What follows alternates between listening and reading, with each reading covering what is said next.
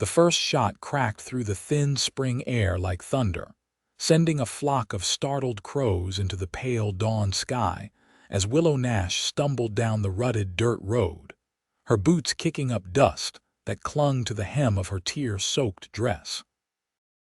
The year was 1876, and in the small town of Gunnison, Colorado Territory, a woman with child and without husband might as well have worn a scarlet letter branded across her forehead.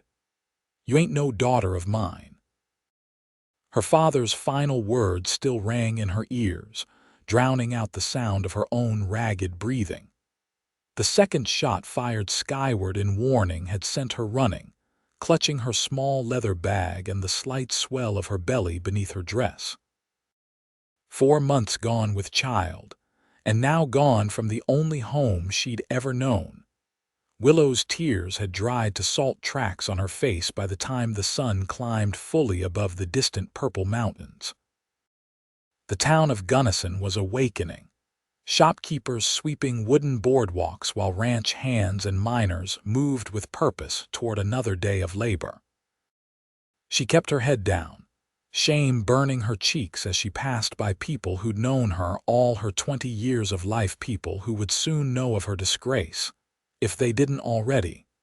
The stagecoach wouldn't arrive until tomorrow, and Willow had nowhere to go. Her meager savings, $16.43, hidden in a handkerchief at the bottom of her bag, wouldn't take her far, but it had to be far enough. "Miss Nash." The voice startled her, and Willow turned to see Owen Irwin, hat in hand, standing beside his dun-colored mare at the hitching post outside the general store. The sun caught the gold in his sandy hair, making it shine like wheat fields at harvest. At 26, Owen was one of the most respected young ranch hands in the valley, working at the Diamond J Ranch just outside town. His presence always commanded attention, even when he wasn't trying.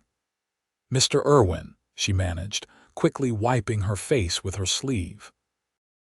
"You're out mighty early," he said, his blue eyes narrowing with concern as they took in her disheveled appearance and the small bag clutched in her white-knuckled grip. "Everything all right?" A humorless laugh escaped her lips before she could stop it. "No, Mr. Irwin. Nothing is all right, and nothing will ever be all right again." She hadn't meant to speak so honestly, but exhaustion and despair had worn away her composure. Owen stepped closer, keeping a respectful distance but close enough that she could see the stubble on his jaw, the tiny scar above his right eyebrow from a fall off a horse years ago. "You're in trouble," he said, not a question.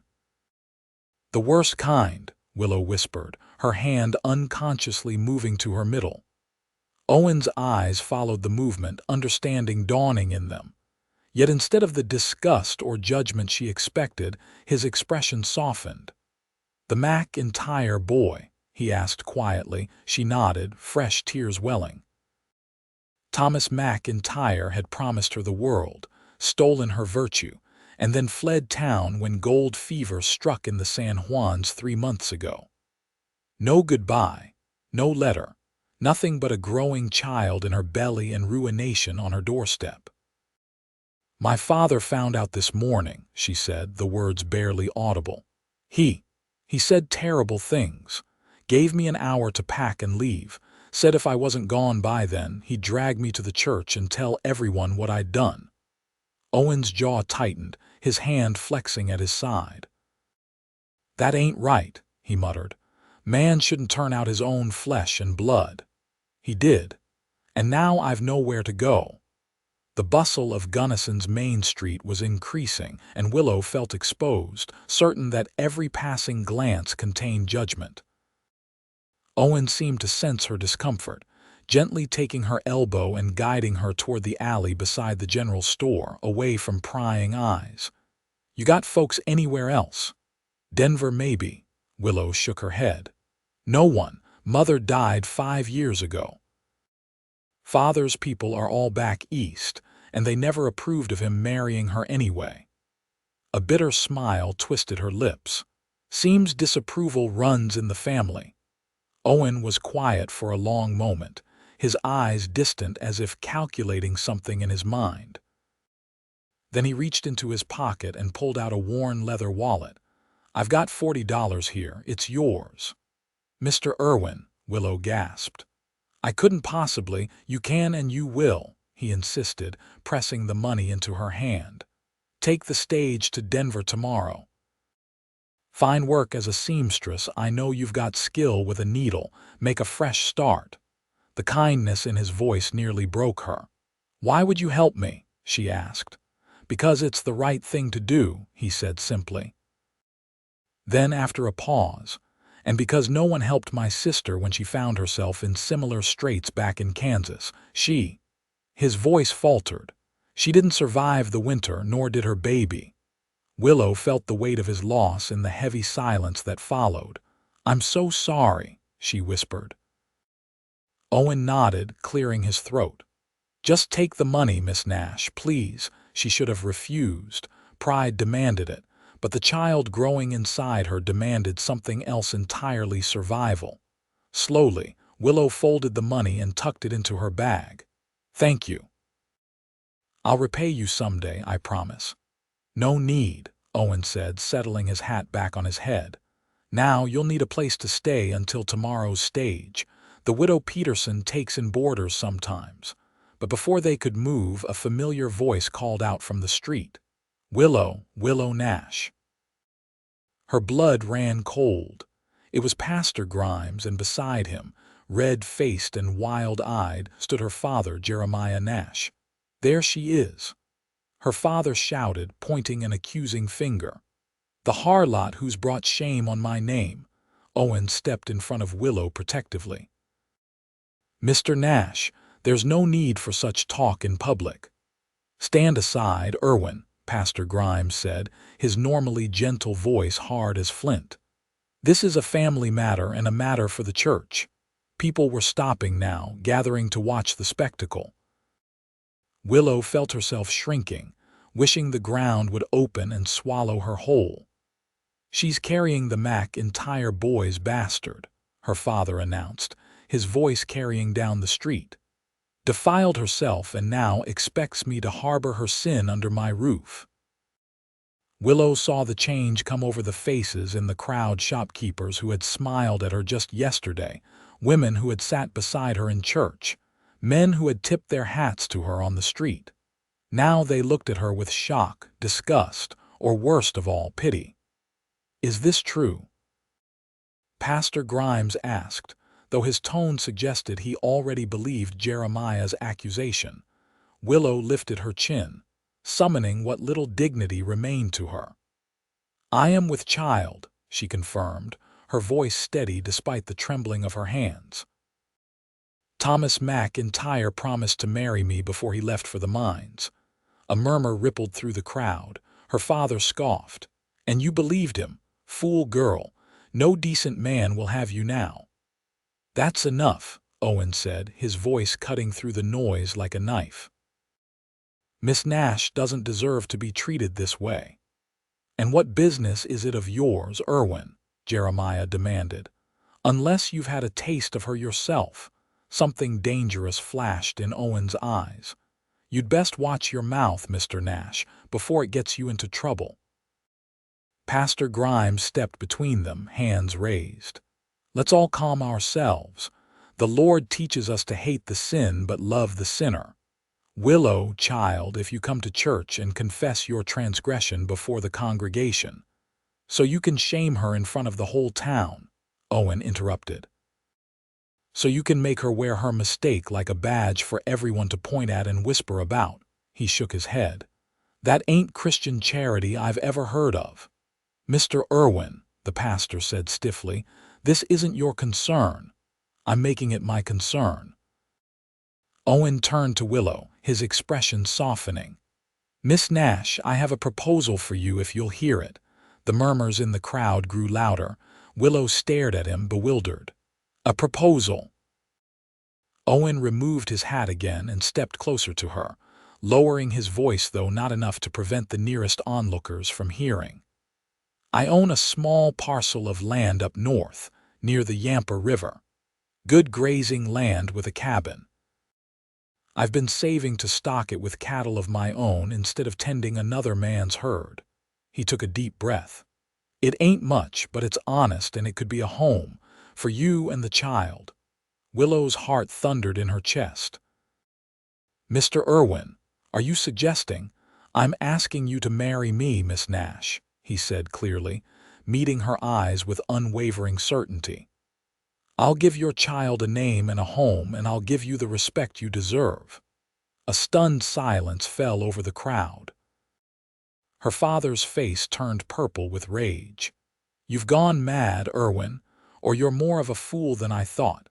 Owen didn't even glance in Jeremiah's direction, his gaze fixed solely on Willow. It wouldn't be a marriage of passion, I know that. But I believe it could be one of friendship and mutual respect. The rest, well, that can come with time if it's meant to. Why? Willow whispered, searching his face for any sign of mockery or ulterior motive. She found none. Because everyone deserves a second chance, he said simply. And because I think you've got more courage in your little finger than most men I know have in their whole bodies, standing here facing them all. Tears blurred her vision again, but these were different from the ones she'd shed earlier. Mr. Irwin Owen, I don't know what to say. Say yes, he urged quietly, or say no. But don't say yes out of desperation. I won't hold you to it if you change your mind once we're away from here. Willow looked around at the crowd, at the faces of people who had known her all her life now regarding her as a stranger. At her father, whose love had proven conditional. At Pastor Grimes, whose mercy came with public humiliation attached. Then back to Owen, this man she knew only in passing, offering her a lifeline when everyone else would let her drown. My family disowned me for being with child, she said, loud enough for all to hear, her voice breaking on the last word. A tear slipped down her cheek. Owen reached out and took her hand, his calloused palm warm against her cold fingers. We'll make our own family, he promised, just as publicly. The words hung in the air, a vow and a challenge to anyone who would deny them that chance. Willow took a deep breath and squeezed his hand. Yes, she said. Yes, I will marry you, Owen Irwin. A gasp went up from the crowd, followed by furious muttering. Her father stormed forward, but Pastor Grimes caught his arm. Jeremiah, wait. The pastor studied Owen's face, then Willow's, seeming to search for something in their expressions. Whatever he found must have satisfied him, for he nodded slowly. If you're serious about this, Mr. Irwin, I can perform the ceremony today. Today, Willow echoed, startled. Best to make it official before there's more talk, Owen said gently. But only if you're certain. Willow glanced at her father, whose face was now a mask of cold disdain. She would get no blessing from that quarter. I'm certain, she said firmly. Then it's settled, Owen declared, turning to the pastor. We'll be at the church at noon if that suits you. Pastor Grimes nodded. I'll be ready. As the crowd began to disperse, Owen led Willow away from her father's glare, guiding her toward the small hotel at the end of the street. You should rest, he said. I'll settle things with the Diamond J, collect my pay, and meet you at the church. Owen, Willow said, stopping him with a touch on his arm. Why are you really doing this? The truth, please. He looked down at her, his blue eyes serious. The truth is, Miss Nash Willow, I've watched you from afar for longer than is probably proper. You've always seemed kind, good. The sort of woman a man would be proud to build a life with. He shook his head. I never spoke up because I didn't think I had enough to offer someone like you, but now. He glanced at her middle. Now circumstances have changed, and maybe what I have to offer is enough after all. The simple honesty in his words touched something deep in Willow's heart. It's more than enough, she whispered. More than I ever expected to find today. Owen smiled then, a small, hopeful thing that transformed his weathered face. "Get some rest. I'll see you at noon." As he walked away, Willow pressed a hand to her belly, feeling a flutter of something that might have been the baby, or might have been hope stirring within her for the first time in months. "We'll be all right," she whispered to her unborn child. "I don't know how yet, but we will be." The noon sun beat down mercilessly on the whitewashed clapboard of Gunnison's small church as Willow stood before its doors, a borrowed blue ribbon in her hastily arranged hair. The widow Peterson, moved by Willow's plight and Owen's gallantry, had offered her a clean dress to wear, slightly faded but of good quality, with lace at the collar that made Willow feel almost like a proper bride. "You look lovely, dear," Mrs. Peterson said, adjusting the ribbon one last time. The older woman had been widowed young herself and had never remarried, choosing instead to make her way alone in the world. "Are you certain about this? Marriage is not a thing to enter into lightly, even in such circumstances." Willow swallowed hard. "No, I'm not certain. But I'm certain that I have no better options, and Mr. Irwin seems kind." Mrs. Peterson's weathered face softened. "He is that. His reputation in town is sterling, hardworking, honest, doesn't drink to excess or gamble away his wages like some. If you must make a hasty marriage, you could do far worse." She squeezed Willow's hands. "And who knows? Many a marriage begun in convenience has blossomed into genuine affection over time." Before Willow could respond, she heard the steady tread of boots on the church steps behind her. Turning, she saw Owen ascending, freshly shaven and dressed in a clean shirt and his best denims, a small wildflower pinned to his collar. He'd clearly made an effort for the occasion, and the sight of it brought unexpected tears to Willow's eyes. "Miss Nash," he said, removing his hat. "You look beautiful." The sincerity in his voice made her blush. "Thank you, Mr. Irwin. Owen, please. Seems we should be on a first-name basis, all things considered." "Owen," she repeated, testing the feel of his name on her lips. "I thank you again for everything." He shook his head. "No thanks needed." Then, offering his arm, "Shall we?" The ceremony itself was brief and sparsely attended.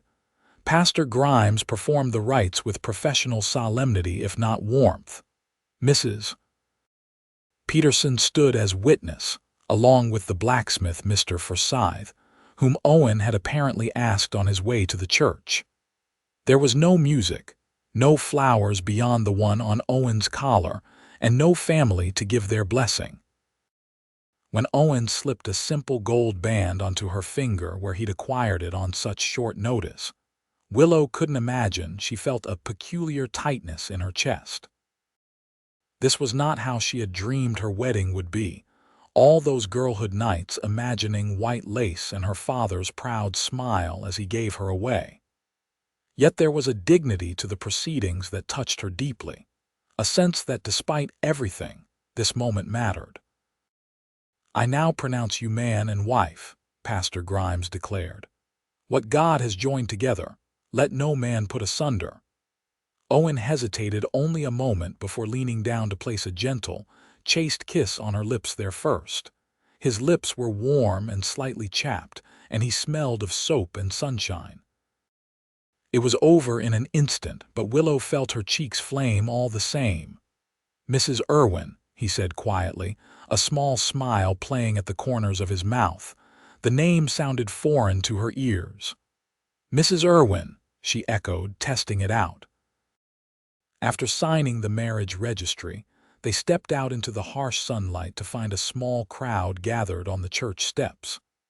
Not well-wishers, Willow realized with a sinking heart, but curious onlookers drawn by the scandal and novelty of the hasty marriage.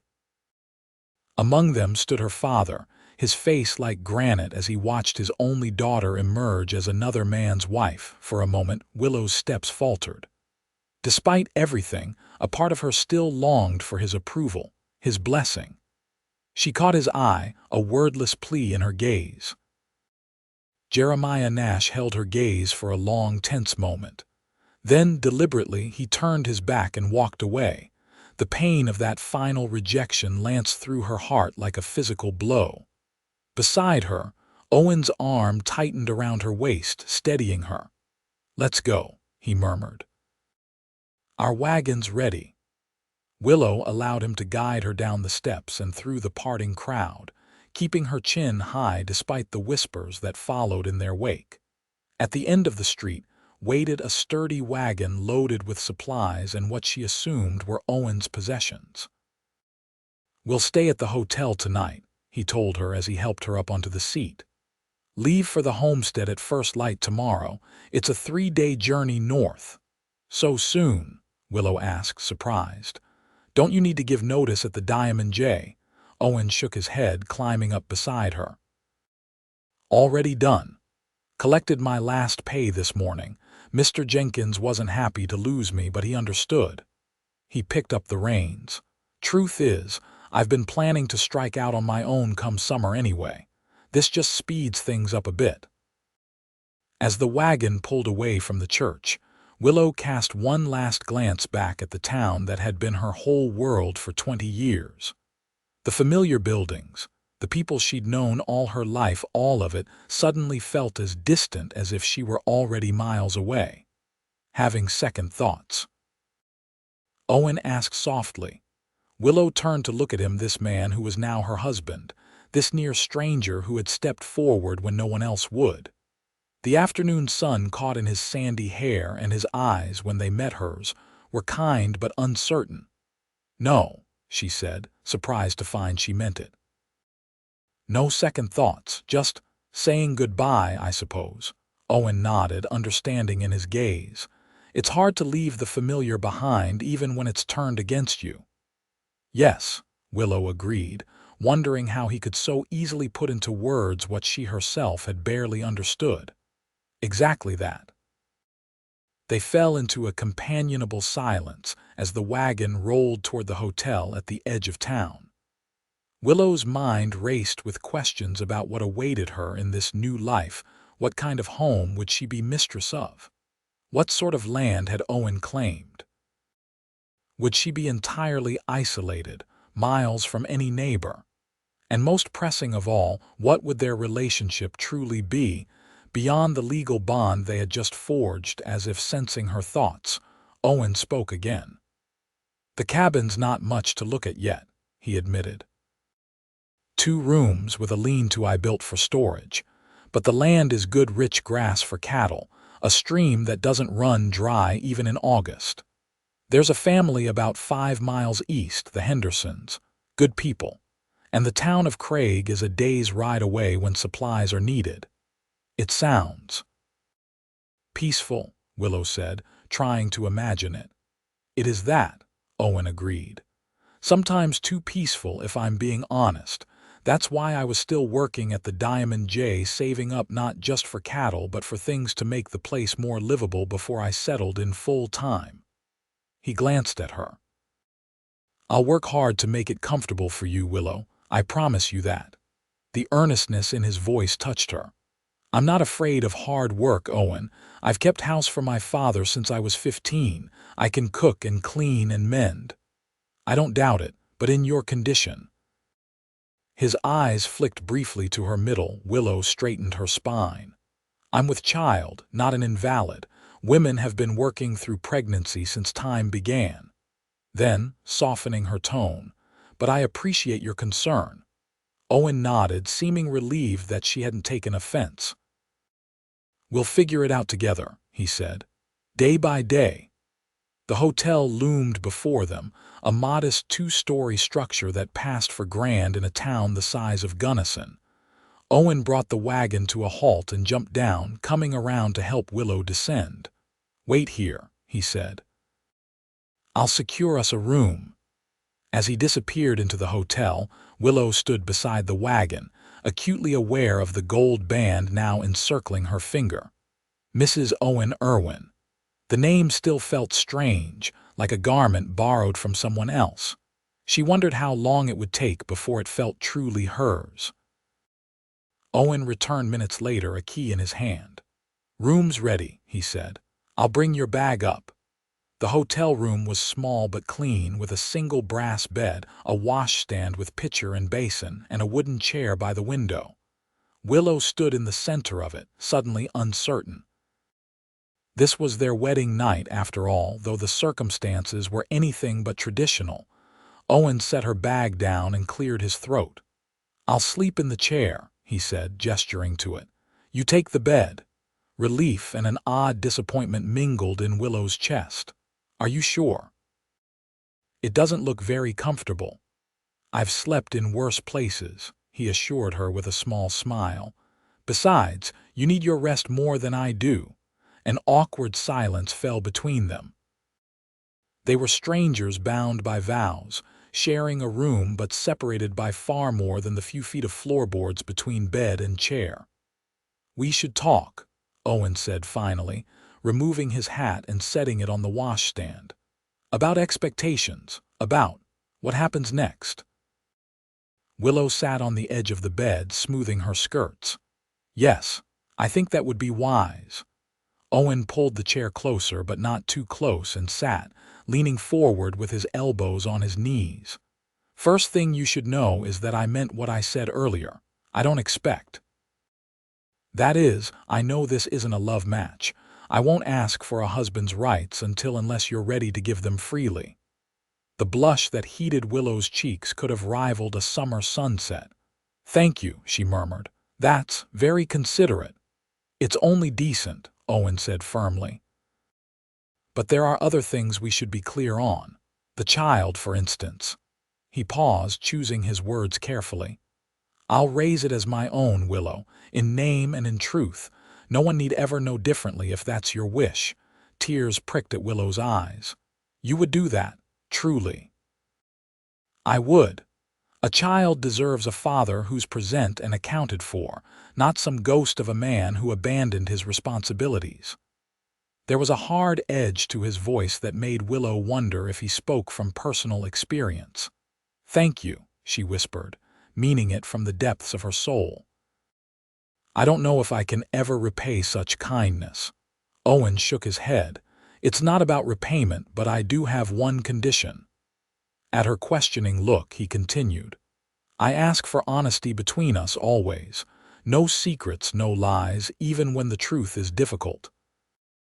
If we're to build any kind of life together, it has to be founded on truth." The request was so simple, yet so profound. Willow nodded slowly. "Honesty," she agreed. "I can promise that." "Good." Owen's shoulders relaxed slightly. "Then there's one more thing I should be honest about." He took a deep breath. "I told you earlier that I've noticed you before, from afar. That's true. But what I didn't say is that I've admired you for quite some time, Willow. Your kindness to others, your gentle spirit, the way you sing in church like you mean every word." Willow blinked in surprise. "You've noticed all that?" A faint smile touched his lips. "I notice a lot of things people don't think I do. Point is, I may not have courted you proper, but that doesn't mean I don't. That I'm not." He struggled with the words. "What I'm trying to say is, I'm not just doing this out of charity or obligation. I genuinely believe we could build something good together, given time and patience." The confession hung in the air between them, honest and vulnerable. Willow felt something shift in her chest, not love, not yet, but perhaps the seeds of it, the possibility. "I hope we can," she said softly. "Build something good, I mean." Owen's smile grew warmer. "That's enough to start with," he said. "The rest will come in its own time." They talked for hours as the day faded into evening, sharing stories of their childhoods, their hopes, their fears. Willow learned that Owen had come west from Kansas after losing most of his family to influenza 6 years ago, that he'd worked ranch jobs from Colorado to Wyoming before settling in Gunnison 2 years past, that he could read and write better than most men she knew because his mother had been a school teacher back east. In turn, she told him about growing up as the only child of a stern father and a gentle mother, about her love of quilting and gardening, about the emptiness in the house after her mother's passing that no amount of household chores could ever fill. It was strange, Willow thought, how quickly familiarity could grow between two people when necessity stripped away the usual social niceties.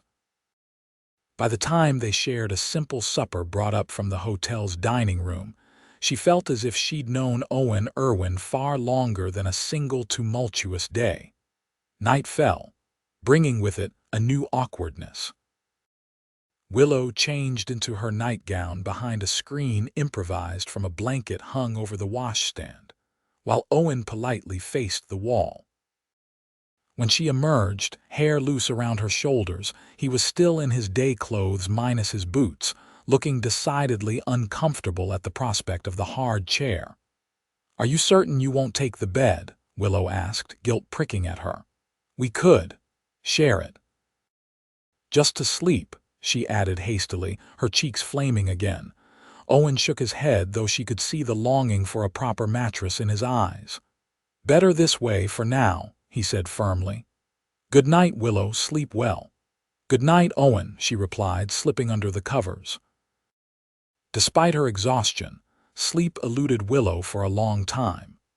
She lay awake, listening to Owen's breathing as he dozed fitfully in the chair, his long legs stretched out before him, and his head tilted at an angle that would surely leave him with a crick in his neck come morning.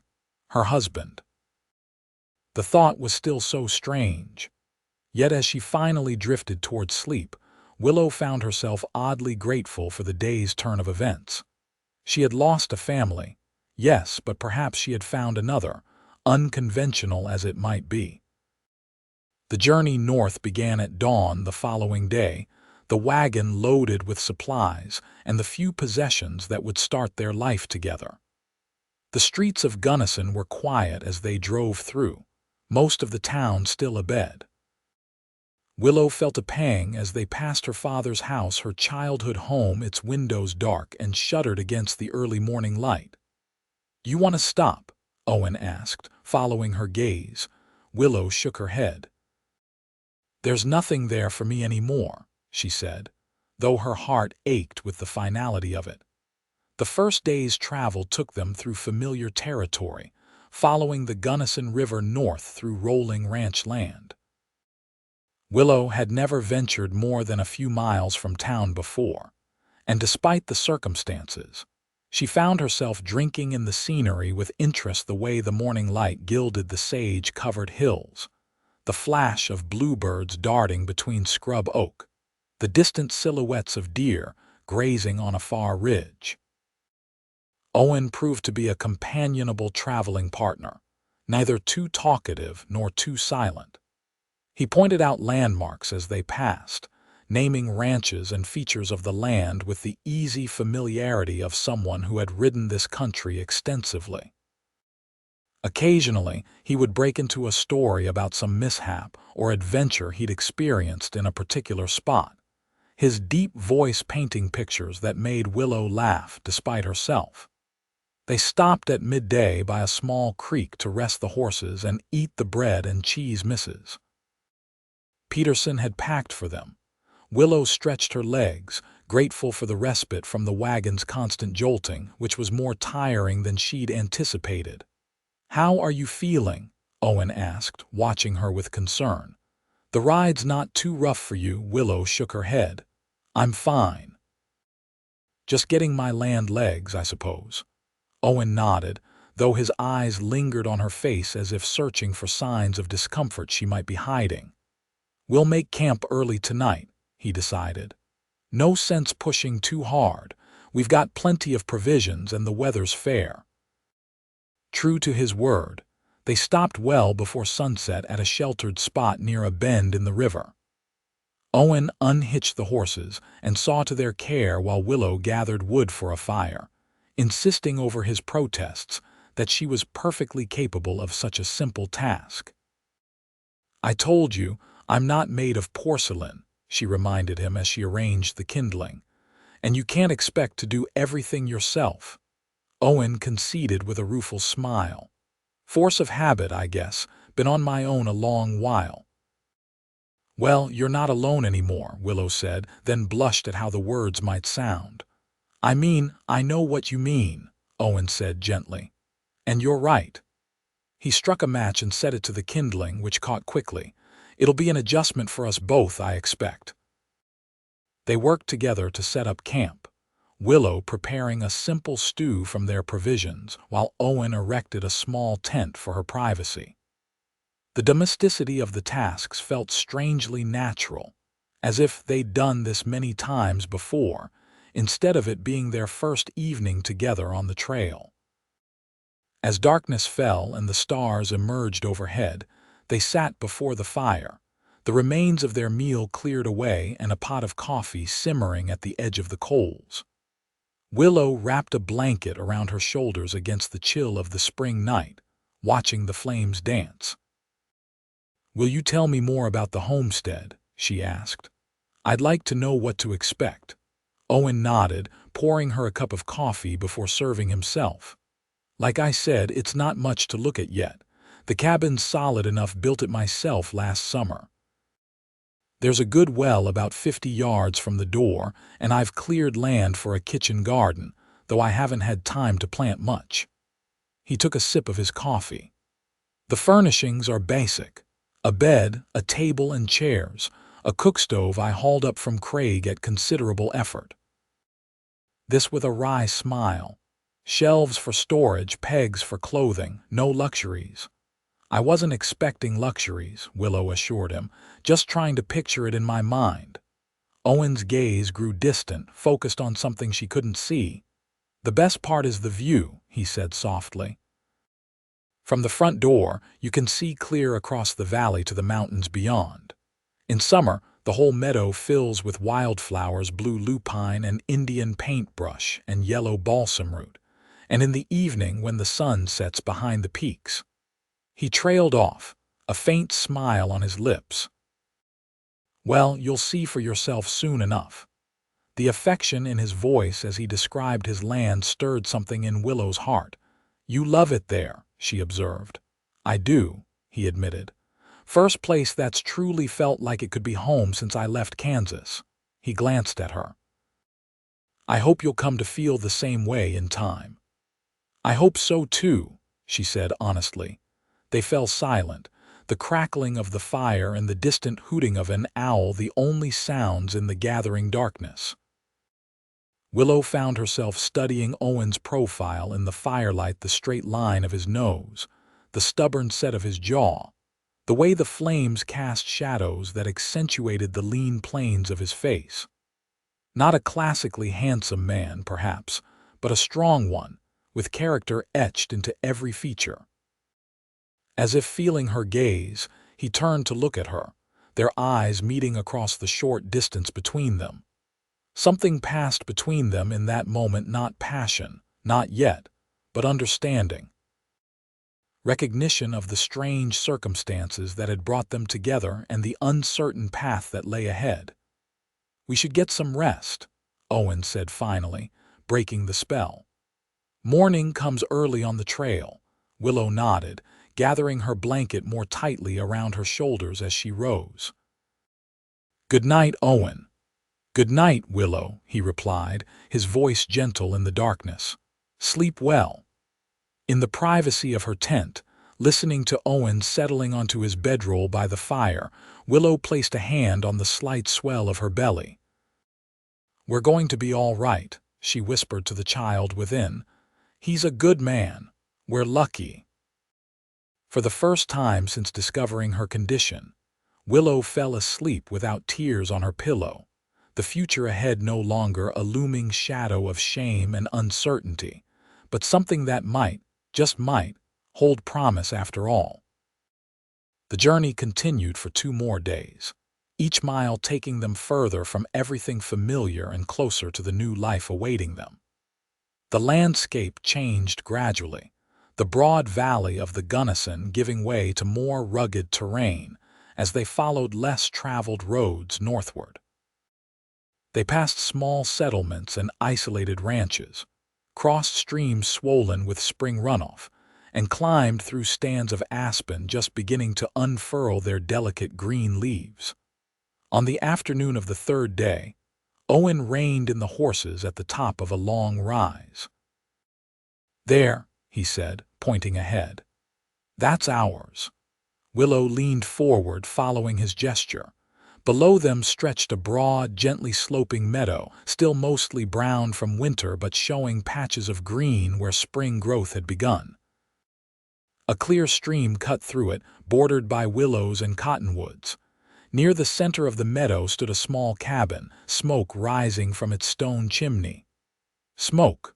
Willow questioned, surprised. Owen frowned. "Henderson must have come by to check on things. I asked him to keep an eye out while I was gone, but I didn't expect him to be there today."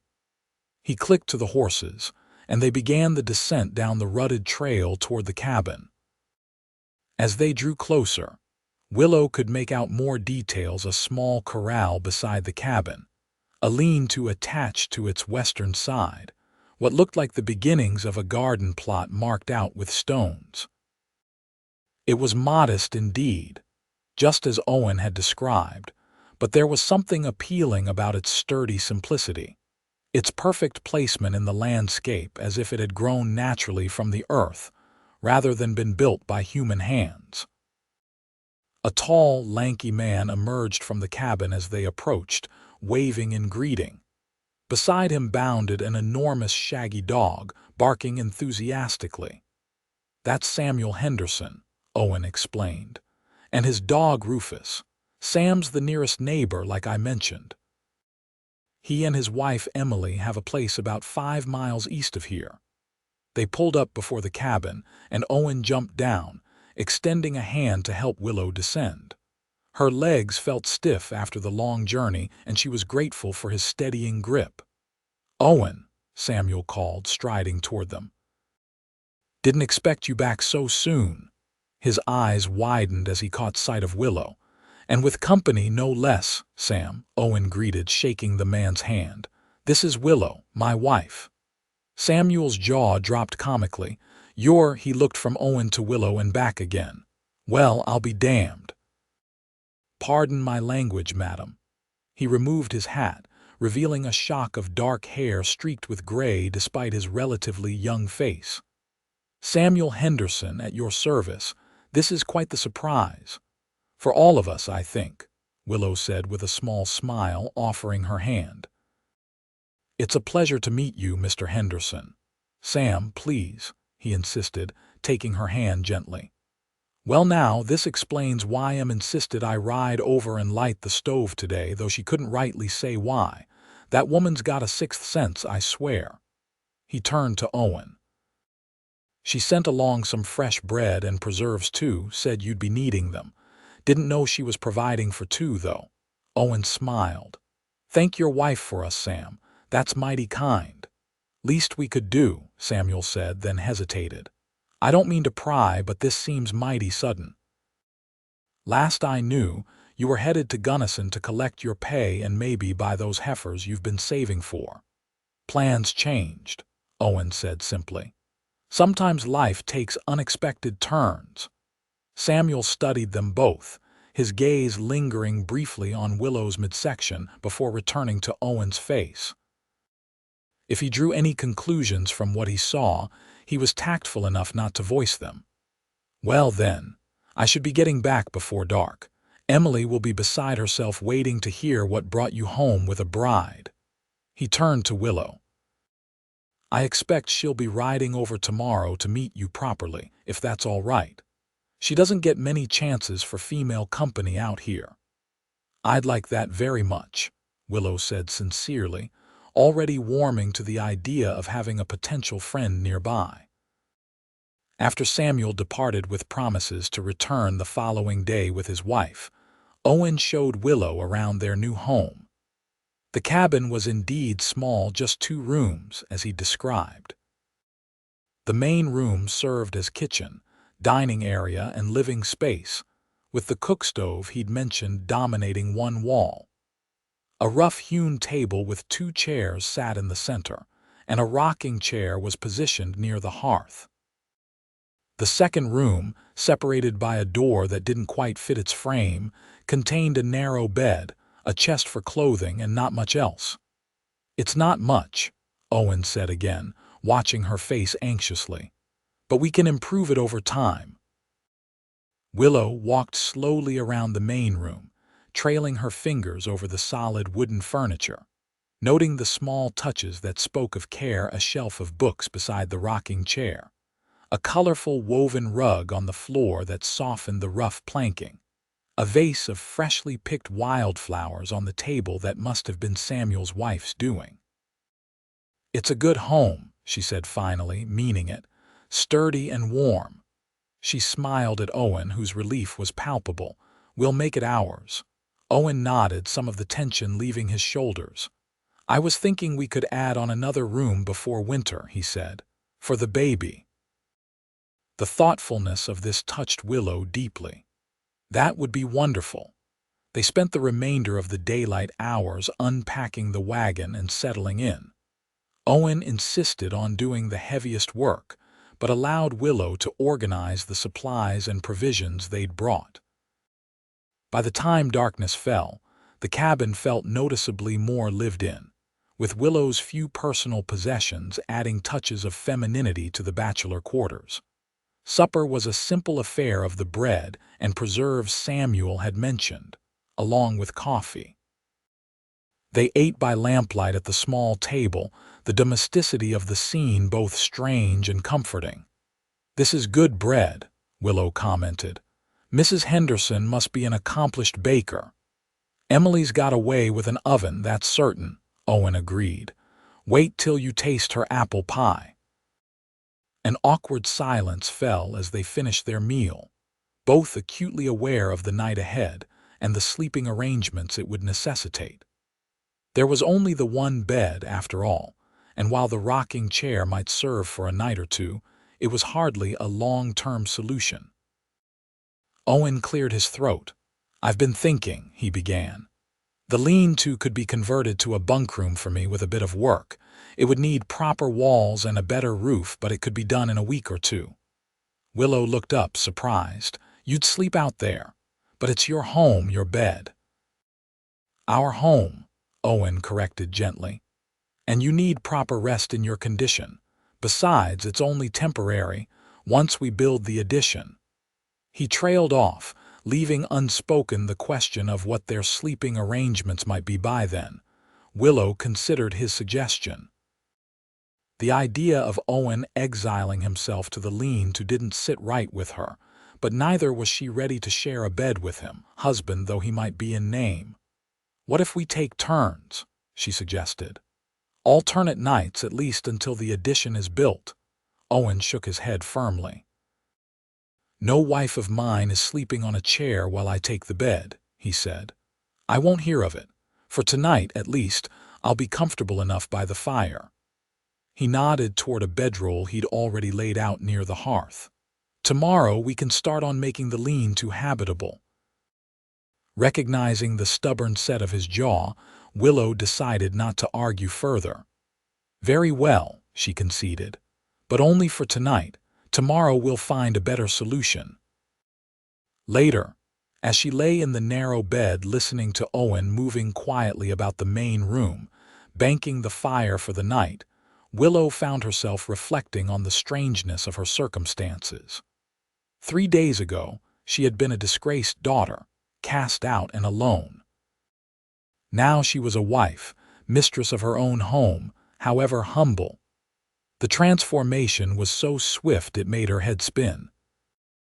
Yet there was comfort in the solid walls around her, in the knowledge that the man in the next room had chosen to bind his life to hers not out of passion or obligation, but out of a kind of honor that seemed increasingly rare in the world. Whatever came next, she was no longer facing it alone. With that thought warming her heart, Willow drifted into the deepest, most restful sleep she'd had in months. The weeks that followed settled into a rhythm of work and gradual adjustment to their shared life.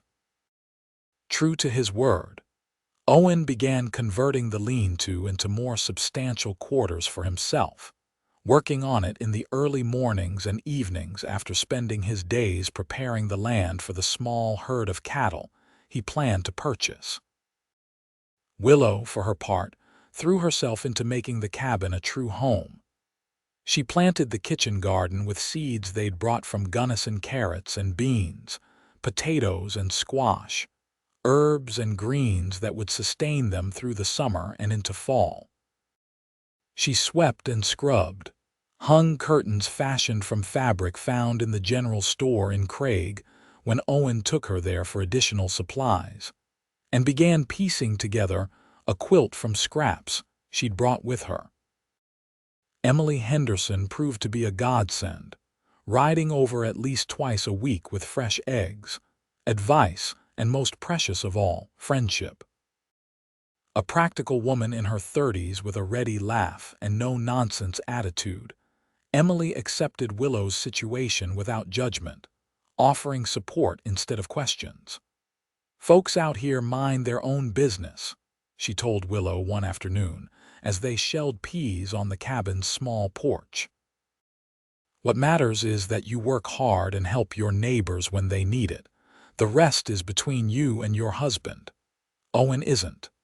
Willow began, then stopped, unsure how to explain their unconventional arrangement. Emily's eyes crinkled knowingly. "Isn't ready to be a father. Most men aren't, till the little one arrives and steals their hearts." "It's not that," Willow said carefully. "Owen's been nothing but kind and supportive. It's just, the child isn't his." The admission hung in the air between them. Emily's hands stilled for a moment, then resumed their rhythmic shelling. "I figured as much," she said simply. "The timing didn't quite add up, but it doesn't change anything as far as I'm concerned." "It doesn't?" Willow asked, relief and surprise mingling in her voice. Emily shook her head. "Owen Irwin's a good man. Always has been, from the day Sam and I met him. If he's chosen to give this child his name and his protection, that speaks to his character, not yours." She gave Willow a gentle smile. "And from what I've seen, he cares for you a great deal, Willow. More than perhaps you realize." Willow felt her cheeks warm. "We're still getting to know each other." "As it should be," Emily nodded. "The best marriages grow slowly, like good trees putting down deep roots before stretching toward the sky." She chuckled. "Lord knows Sam and I didn't start out as the devoted couple you see now. First year of our marriage, I threatened to brain him with a skillet at least once a month." The image startled a laugh from Willow. "You didn't?" "I surely did. Man was as stubborn as a mule and twice as opinionated." Emily's eyes softened with memory. "But he learned to bend, and so did I. That's the secret of it, I think, learning to bend together without breaking." Willow considered this wisdom, her eyes drifting to where Owen worked in the distance, his shirt off in the late spring heat as he split logs for the addition he'd begun planning for the baby's room. The sight of his son bronzed back, muscles flexing with each swing of the axe, sent an unexpected flutter through her that had nothing to do with the child she carried. In the 6 weeks since their hasty marriage, Owen had been unfailingly respectful of the boundaries between them, never pressuring her for more than she was ready to give. He slept in the lean-to, now properly enclosed and furnished with a narrow cot, despite her occasional suggestions that the main bed was large enough to share. During the days, they worked side by side, getting to know each other through shared tasks and quiet conversation. And somewhere along the way, without Willow quite realizing it, genuine affection had begun to bloom between them, the way Owen's eyes crinkled when he smiled at her, the comfortable silence they could share over evening meals, the increasing frequency with which their hands would brush, lingering just a moment longer than necessary. "You're falling for him," Emily observed, following Willow's gaze. Willow didn't deny it. "Is that strange, given how we started?" "Not strange at all," Emily assured her. "The heart finds what it needs, sometimes in the most unexpected places." She patted Willow's hand. "Just don't keep him waiting too long. Man's patience is admirable, but he's still just a man." The advice lingered in Willow's thoughts long after Emily had departed for home. That evening, as she and Owen sat on the porch watching the sunset paint the western sky in shades of gold and crimson, she found herself studying his profile with new eyes. "Penny for your thoughts," Owen said, catching her gaze. Willow smiled. "I was just thinking how different everything is from what I expected my life to be," she admitted. 2 months ago, I thought my future was ruined beyond repair." Owen turned toward her, his expression serious. "Do you regret it, coming here with me?" "No," she said without hesitation. "Not for a moment." She placed her hand over his where it rested on the arm of the rocking chair. "You've given me so much, Owen. A home, security, respect." She took a deep breath. "I just worry sometimes that I haven't given you enough in return." Owen's fingers curled around hers, warm and calloused. "You've given me more than you know," he said softly. "This place was just land and timber before. Now it's beginning to feel like a home." The tenderness in his voice emboldened Willow. "I've been thinking," she said carefully, "about our sleeping arrangements." Owen went very still, his eyes never leaving her face. "What about them? They seem unnecessary. The separation, I mean." She felt her cheeks flush but pressed on. "You're my husband, Owen, in name, yes, but also in my heart. I'm beginning to feel it's true in other ways as well." The hope that dawned in Owen's eyes was almost painful to witness, so naked and unguarded was his expression. "Willow," he said, his voice rough. "Are you saying what I think you're saying?" She nodded, her heart pounding. "I'm saying that perhaps it's time you slept in your own bed again, with your wife."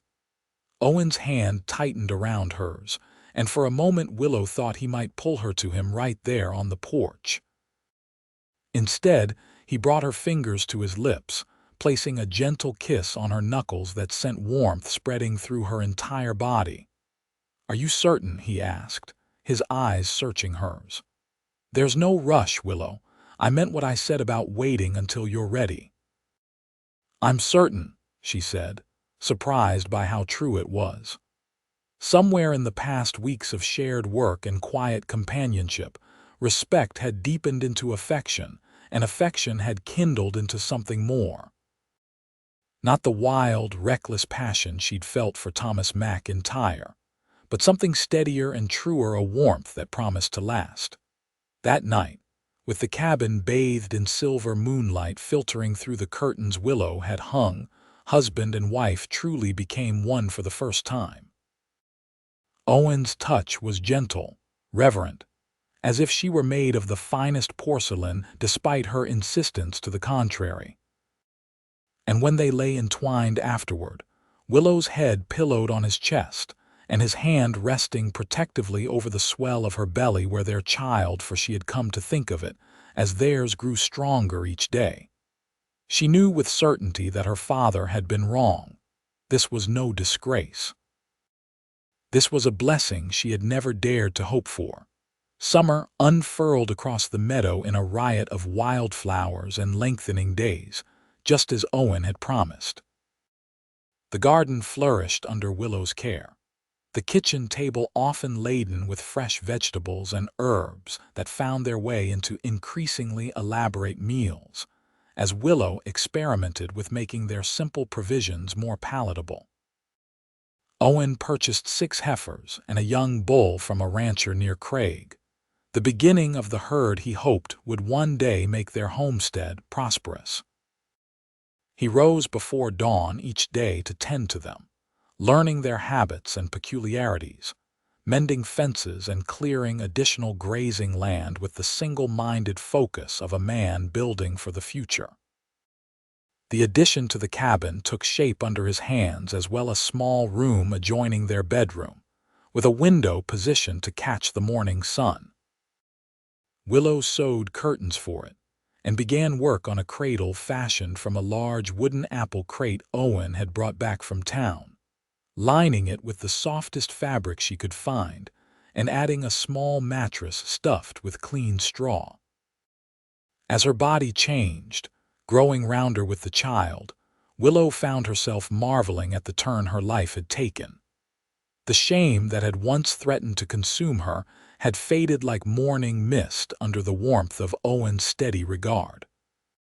Here, miles from the judgmental eyes of Gunnison, she could simply be a woman preparing for the arrival of a child, supported by a husband whose tenderness increased with each passing day.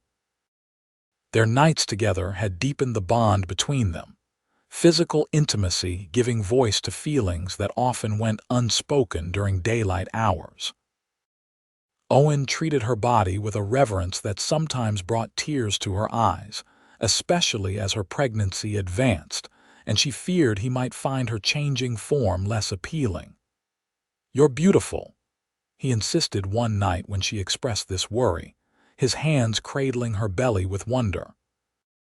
"More beautiful every day." Willow found it easier to believe him when he looked at her like that, his blue eyes dark with desire despite, or perhaps because of the evidence of another man's child growing within her. It was a peculiar kind of alchemy, she reflected, that could transform such unlikely beginnings into something so precious. The child that had been her shame in Gunnison had become their shared joy, their future taking shape with each small movement Willow felt beneath her heart. July brought heat that shimmered across the meadow in waves, forcing them to adapt their routines to avoid the worst of the midday sun.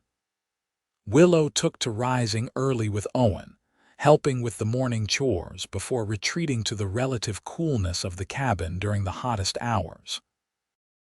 In the evenings, they often sat on the porch until darkness fell, watching fireflies dance across the meadow and listening to the chorus of night insects.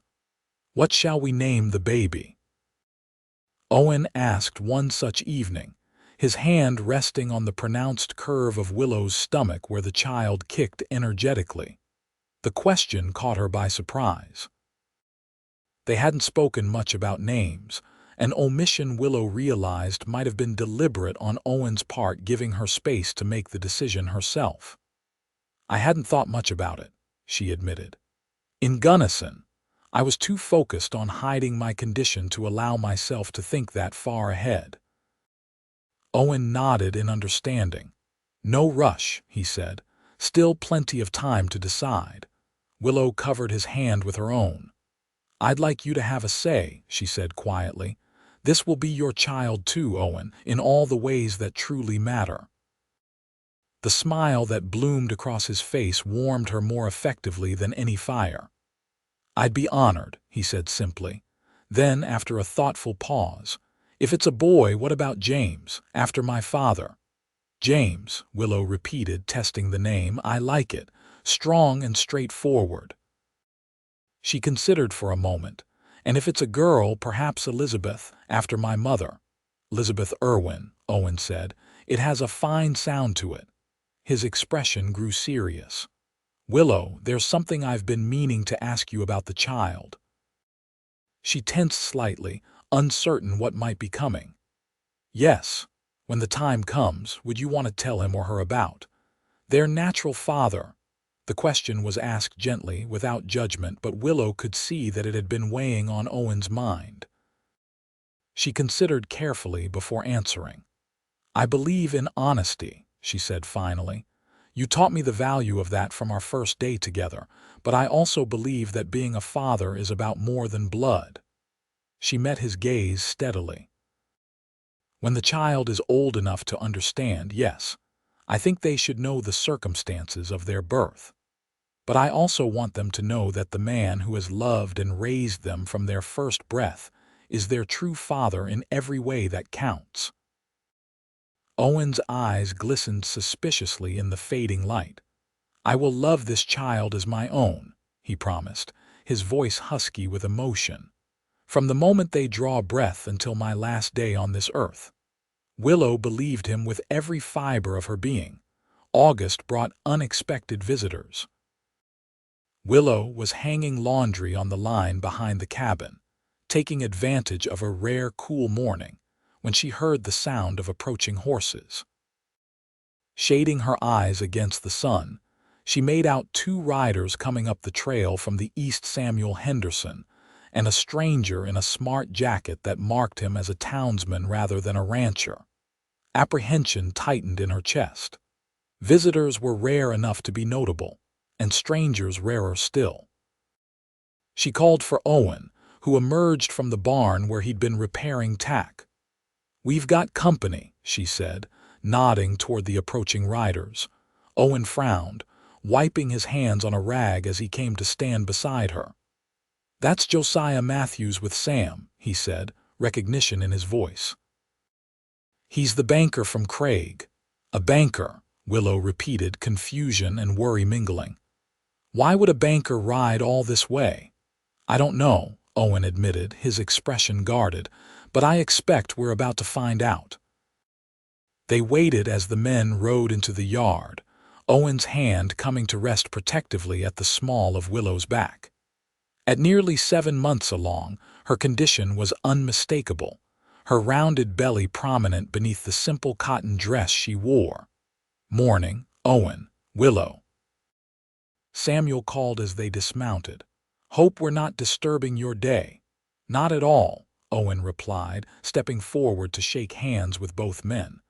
"Mr. Matthews, this is my wife, Willow." The banker, a trim man in his 50s with silver at his temples and shrewd eyes, bowed slightly. "Mrs. Irwin, a pleasure." His gaze flickered briefly to her middle before returning politely to her face.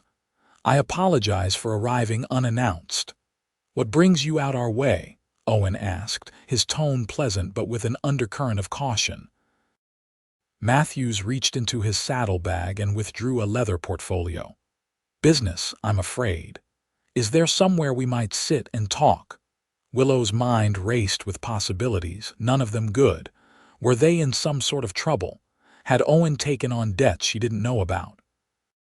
Or worse, had news from Gunnison somehow reached Craig? "Of course," she said, finding her manners despite her concerns. "Please come inside. I'll put on some coffee." The men followed her into the cabin, Owen's hand at her elbow as they climbed the porch steps. Inside, Matthews and Samuel settled at the table while Willow busied herself with the coffee pot, grateful for the activity to mask her anxiety. "I'll get right to the point," Matthews said once they were all seated, steaming cups before them. "Mr. Irwin, I've received a letter from the Territorial Land Office regarding your claim." Owen stiffened. "What about it?" "My paperwork's all in order. I've met all the requirements for the Homestead Act." "Yes, you have," Matthews agreed, opening the portfolio and removing several documents. "Which is why I'm here. There's been an offer to purchase your land, a very generous offer." Willow's head snapped up in surprise, her eyes meeting Owen's equally startled gaze across the table. "Purchase my land," Owen repeated. "From whom?" "The Western Colorado Mining Company," Matthews replied, sliding a document across the table. "They've discovered promising silver deposits in this region and are acquiring properties throughout the area. They're offering $5,000 for your 160 acres. Willow gasped softly. $5,000 was a fortune, more money than most people in these parts would see in a lifetime of hard work. Owen's expression remained impassive as he studied the document. "And if I'm not interested in selling?" Matthews and Samuel exchanged glances. "The offer's well above market value, Owen," Samuel said quietly. "Might be worth considering." "Sam's right," Matthews added. "This is frontier country. Life out here is hard, especially for a young family." His gaze flickered meaningfully toward Willow. $5,000 would set you up nicely almost anywhere else. Buy a larger spread in more settled country with proper schools and doctors nearby. Willow watched Owen's face, trying to gauge his reaction. The muscles in his jaw worked as he considered the banker's words. Finally, he looked up, meeting Matthews' gaze directly. "Mr. Matthews, I appreciate you riding all this way, but I'm afraid you've wasted your time. This land isn't for sale, not at any price." Relief and pride surged through Willow in equal measure. She hadn't realized until that moment how much she'd come to love this wild, beautiful place, their home. "I urge you to think about it," Matthews persisted. "Talk it over with your wife. The company has authorized me to go as high as 6,000 if necessary." Owen shook his head firmly. "The answer's still no. I didn't claim this land as a speculation. I claimed it to build a life on it." He reached across the table and took Willow's hand. "A family, money can't replace that," Matthews sighed, gathering his papers. "Very well. But should you change your mind, the offer will remain open for 30 days. He stood, nodding to Willow. "Mrs. Irwin, my apologies for the intrusion. Your home is lovely." After the men departed, Samuel lingering only long enough to assure them he'd had no idea of the banker's purpose when agreeing to guide him out, Willow and Owen stood on the porch watching them disappear down the trail. "$6,000, Willow murmured, still stunned by the figure. "That's more money than I can even imagine." Owen's arm slipped around her waist, drawing her against his side. "Does it make you wish I'd considered it?" he asked, a note of uncertainty in his voice. Willow turned in his embrace to face him. "No," she said firmly, "not for a moment. Even knowing that life would be easier elsewhere, that the baby would have advantages we can't provide here." She placed her hands on either side of his face, making him meet her gaze. "Owen Irwin, I have everything I need right here. This land, this home, you." She smiled softly. "Our children will learn far more valuable things here than they ever could in some fancy school in a city. They'll learn about hard work and honest living, about the changing of the seasons and the cycles of life.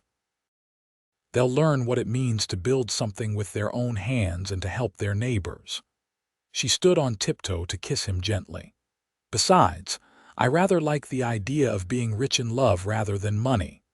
Owen's eyes, blue as the summer sky above them, shone with emotion.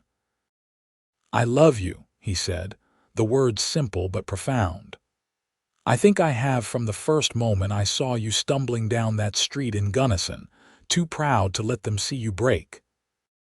It was the first time he'd said the words so directly, though his actions had spoken them 1,000 times over in the month since their marriage. Willow felt tears sting her eyes, happy tears, the kind that cleansed rather than wounded. "I love you too," she whispered against his lips. "More than I ever thought possible." That night, as they lay together in the darkness of their bedroom, the baby kicked vigorously enough for Owen to feel it against his palm where it rested on Willow's belly. "Strong little thing," he chuckled. "Going to be a handful, I expect." "Like his father," Willow murmured sleepily, then realized what she'd said. Her eyes flew open to find Owen watching her with such tenderness it made her heart ache. "I know what you meant," he said softly. "And you're right." His hand stroked gently over the taut skin of her abdomen. "He or she is going to be strong and brave like their father. Their real father." He kissed her forehead. "The only father they'll ever need to know." In that moment, with the moonlight spilling through the window and the man she loved holding her close, Willow knew that the winding road that had led her here with all its pain and uncertainty had been leading her home all along. The first snow of winter dusted the meadow in early November, just 2 weeks after James Owen Irwin made his entry into the world with lusty cries that echoed off the cabin walls and brought tears to his father's eyes. The birth had been long and difficult, with Emily Henderson serving as midwife while Samuel rode through the night to fetch the doctor from Craig. By the time the physician arrived, exhausted and half frozen from the journey, Willow had already delivered a healthy, red-faced boy with a shock of dark hair and strong lungs. "He's perfect," Owen had whispered, cradling his son for the first time, the wonder in his voice making Willow forget all the hours of pain that had preceded that moment. Now, as she stood at the window watching the first flakes spiral lazily from a pewter sky, Willow felt a contentment so deep it seemed to radiate from her very bones. Behind her, Owen sat in the rocking chair near the fire, little James sleeping peacefully in the crook of his arm while he read aloud from one of his books, a habit he'd begun during her pregnancy and continued after the birth, claiming it was never too early to introduce a child to good literature. The baby stirred, making small snuffling sounds that instantly drew Willow's attention. She crossed the room and knelt beside the chair, stroking the downy head that already showed signs of the sandy gold color that would likely match Owen's. "He has your mouth," she observed, not for the first time. "The same shape." Owen smiled, glancing down at the infant. "Maybe, but those eyes are all yours, same shade of green." It was a game they'd begun playing since James's birth, finding resemblances between the baby and themselves, creating the fiction of biological connection that both knew didn't exist, but that felt increasingly real with each passing day.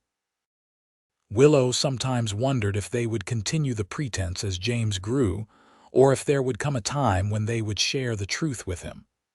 But that was a question for the future, not for this perfect, peaceful moment.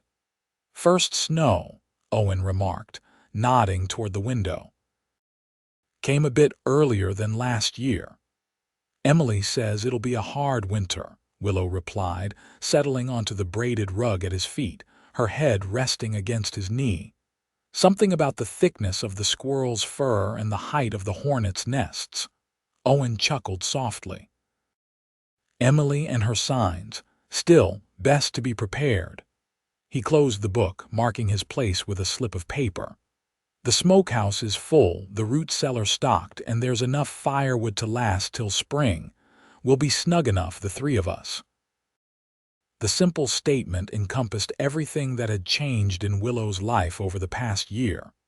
From desperate and alone to this warm, safe, loved, part of a family she'd helped to create. A sudden thought struck her, and she looked up at Owen, hesitant.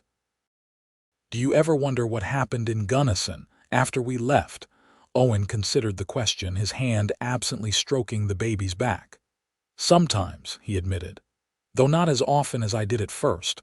"Why do you?" Willow nodded slowly. "I was thinking of my father," she said. "Wondering if he ever regrets what he did, if he ever thinks about the grandchild he'll never know." A shadow crossed Owen's face. "His loss," he said firmly, "and a considerable one at that." "I know," Willow agreed, "but still I can't help but wonder if there might ever be reconciliation." She hurried on before Owen could respond. "Not now, maybe not for years, but someday when the hurt isn't so fresh, if not for my sake then for James's." Owen was quiet for a long moment, his expression thoughtful. "If that's something you want, Willow, I won't stand in the way," he said finally. "Family is important, and James should know his grandfather if that's possible." He paused. "But it would have to be on terms that respect you and us.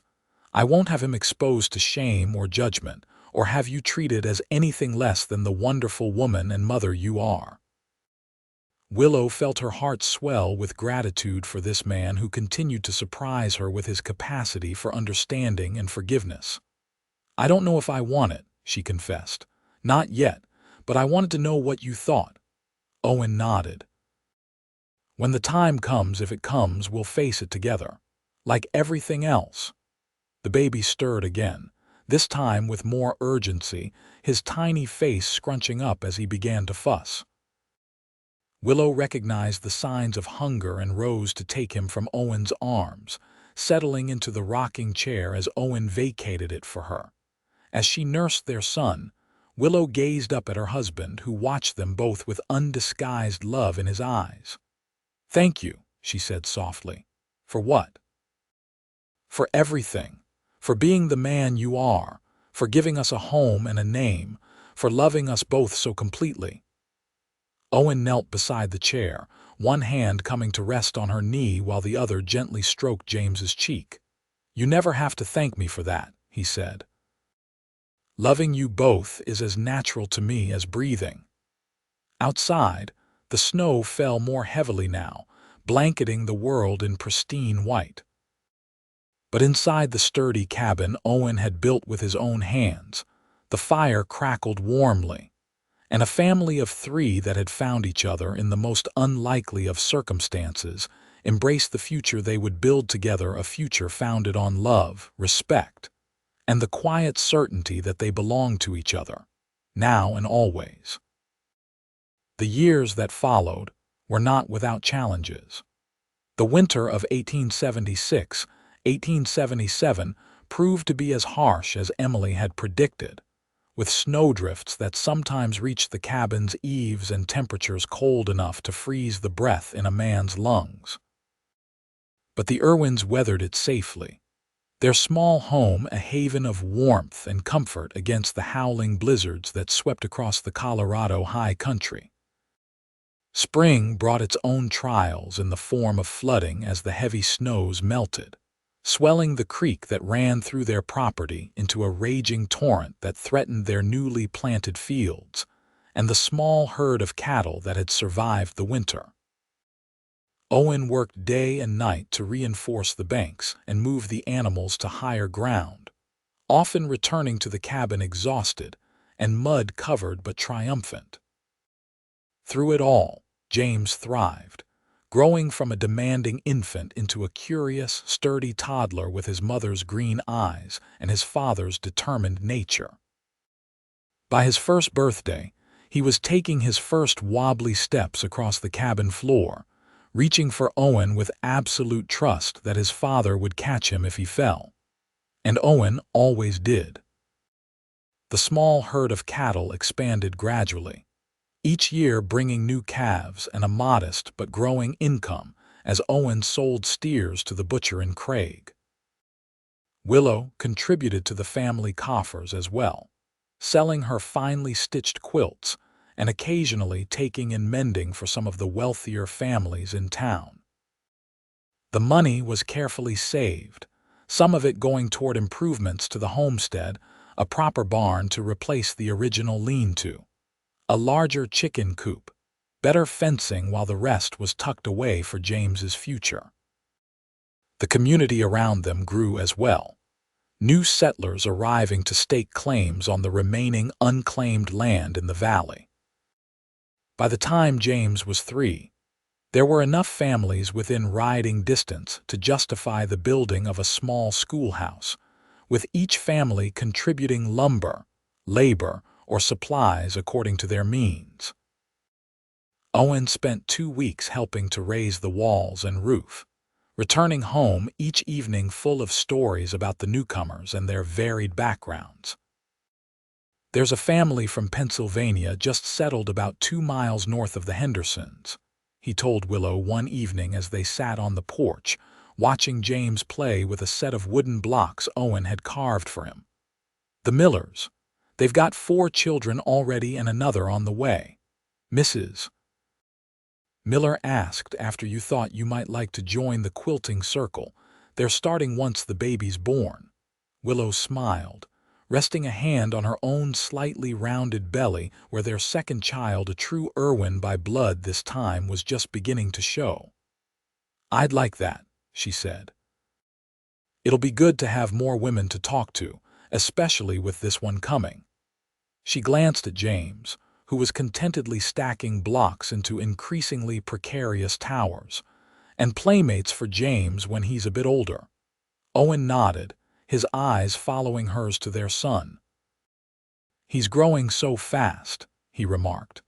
"Seems like just yesterday he was smaller than one of those blocks." "He's getting more like you every day," Willow said softly. "The way he furrows his brow when he's concentrating, the way he studies everything so carefully before he tries it." Owen's chest swelled visibly with pride at her words. In the 3 years since James's birth, neither of them had ever spoken of Thomas McIntyre or the circumstances that had brought them together. To all appearances and in their hearts, James was Owen's son in every way that mattered. "Pa, look," James called, drawing their attention to a tower of blocks that had reached an impressive height for such small hands. "I see it, son," Owen called back. "That's mighty fine building. You'll be helping me with the barn addition before we know it." James beamed at the praise, then promptly knocked the tower down with a delighted shriek, sending blocks scattering across the packed earth of the yard. Willow laughed, leaning her head against Owen's shoulder. "Your son through and through," she murmured. "Building things up just to see how they fall." Owen's arm tightened around her waist. "Our son," he corrected gently. "Always our son." The following spring brought the arrival of Elizabeth Emily Irwin, born on a perfect May morning with the meadow in full bloom outside the cabin windows. Unlike her brother's difficult entry into the world, Elizabeth's birth was remarkably straightforward, so much so that Owen barely had time to fetch Emily from her homestead before his daughter made her appearance, pink and perfect, and with a cap of dark hair that promised to be as rich and abundant as her mother's. "She looks just like you," Owen marveled, cradling the tiny bundle with a tenderness that brought tears to Willow's eyes. "Same nose, same mouth." James, now nearly 4 and bursting with importance in his role as big brother, peered cautiously at the infant. "She's very small," he observed seriously. "Was I that small, Pa? Even smaller," Owen assured him, ruffling the boy's hair with his free hand. "But you grew strong and tall, and so will your sister." "And I'll protect her," James declared with all the solemn certainty of childhood. "Like you protect Ma." Owen's eyes met Willow's over their children's heads, shining with emotion that mirrored her own. "That's right," he said. "That's what families do, they protect each other." As Elizabeth grew from infant to toddler, the differences between the siblings became more apparent, not just in appearance, with James's sandy hair and green eyes contrasting with Elizabeth's dark curls and blue gaze so like her father's, but in temperament as well. Where James was methodical and thoughtful, Elizabeth was all fire and impulse, racing headlong into whatever caught her interest with a fearlessness that kept her parents constantly vigilant. "She's going to be a handful," Emily predicted, watching 7-year-old James patiently showing his 3-year-old sister how to collect eggs from the henhouse without frightening the chickens. "Mark my words, that girl's got more determination than sense." "Like someone else I know," Owen teased, nudging Willow gently with his elbow. Willow raised an eyebrow. "I'm sure I don't know what you mean, Mr. Irwin." "Don't you, Mrs. Irwin?" he grinned. Who was it that insisted on replanting the entire garden after that late frost 2 years ago, even though everyone said it was too late in the season?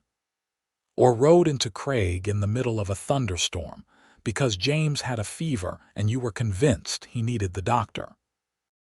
"That's not determination, that's common sense," Willow protested, but she was smiling too. "Call it what you will," Owen said, wrapping an arm around her waist and pulling her close. "But our daughter comes by it honestly, whichever side of the family it came from." It was a testament to how far they'd come, Willow thought, that they could speak so easily of family traits and inheritance. The lines between blood and choice long since blurred into meaninglessness. James was as much Owen's son as Elizabeth was his daughter, the difference in their origins relevant only in the medical histories Willow carefully recorded in the family Bible. The valley continued to change around them as the years passed, the scattered homesteads gradually coalescing into a proper community with not just a school but eventually a small church as well, where services were held monthly when the circuit rider made his rounds. Craig grew from a dusty outpost into a thriving town, with a proper doctor's office, a bank, and even a hotel that served meals fine enough for special occasions.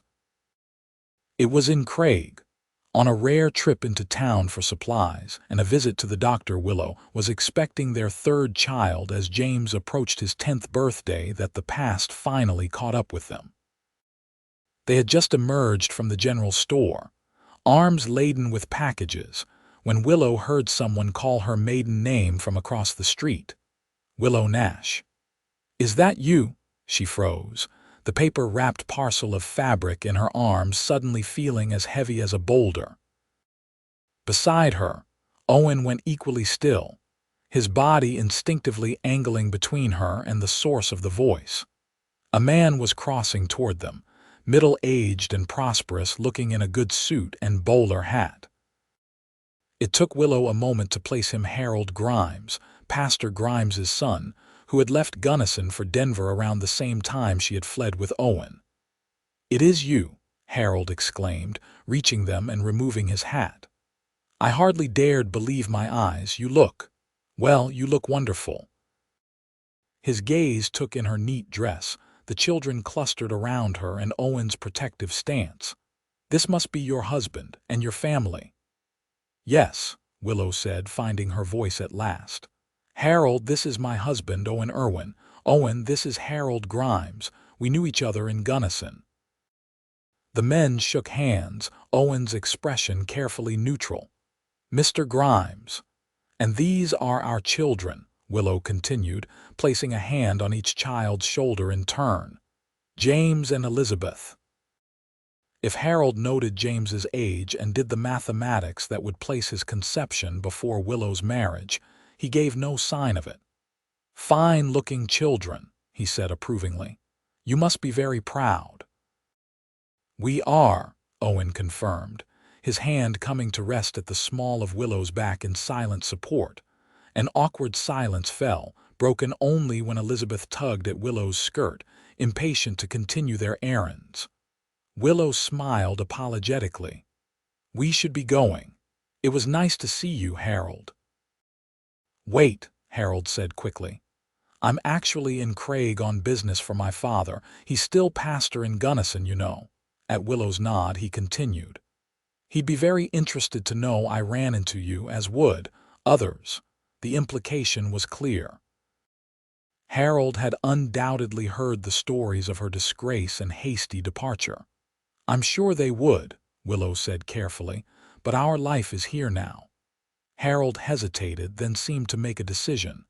"Your father's not well, Willow," he said gently.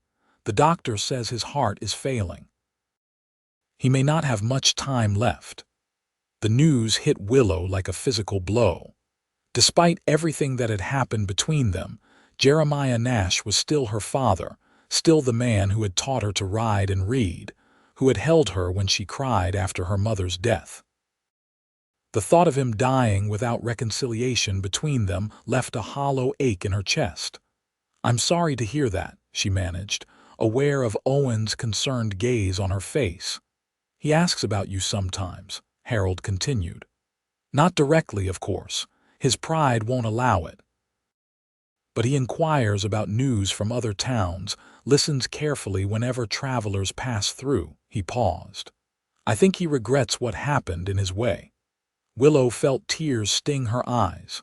"Thank you for telling me," she said softly. Harold nodded, replacing his hat. "I'll be in Craig for 3 more days, staying at the hotel, if you'd like to send a message back with me." He left the offer hanging in the air between them. "I'll think about it," Willow promised. Later, after the children were asleep and the lamps turned low, Willow and Owen sat at their kitchen table, the encounter in town hanging heavy between them. "You want to go to him?" Owen asked finally, reaching across the table to take her hand. Willow stared into the depths of her teacup as if the answer might be found in the cooling liquid. "I don't know," she admitted. "Part of me says he made his choice long ago and I've made my peace with it, but another part—" She sighed. Another part says he's still my father and if there's a chance for healing before it's too late. Then we should try, Owen finished for her. For your sake and for his. Willow looked up, searching his face. Of course we, Owen said firmly. You're my wife. Where you go, I go. Besides, he added with the hint of a smile, it's about time your father met his grandchildren, don't you think? The decision, once made, brought a sense of calm clarity. The following morning, Willow wrote a brief letter to her father, informing him of their intention to visit Gunnison before winter set in. Once the harvest was complete, and the third child whom they both suspected would be another girl had safely arrived. She entrusted the letter to Harold with instructions to deliver it personally, then returned home to begin preparations for both the birth and the journey that would follow. Hannah Mee Irwin was born in early September, a tiny, perfect creature with her father's cleft chin and what promised to be her mother's delicate features. She was an easy baby from the start, content to sleep in her cradle or be carried in a sling against her mother's chest, as Willow moved about the homestead, overseeing the last of the harvest and the preparations for their journey to Gunnison. The trip itself was a considerable undertaking, requiring careful planning and the help of neighbors to look after the livestock in their absence. The Hendersons, now in their 40s with grown children of their own, insisted on staying at the Irwin homestead while the family was away. Nonsense to even consider anything else, Emily declared when Willow tried to suggest alternative arrangements. Samuel and I will be quite comfortable here, and the place will be well tended when you return. And so, in early October, with the aspen trees ablaze in gold against the evergreen slopes, the Irwin family set out for Gunnison in a wagon loaded with provisions for the journey, and a few carefully selected gifts.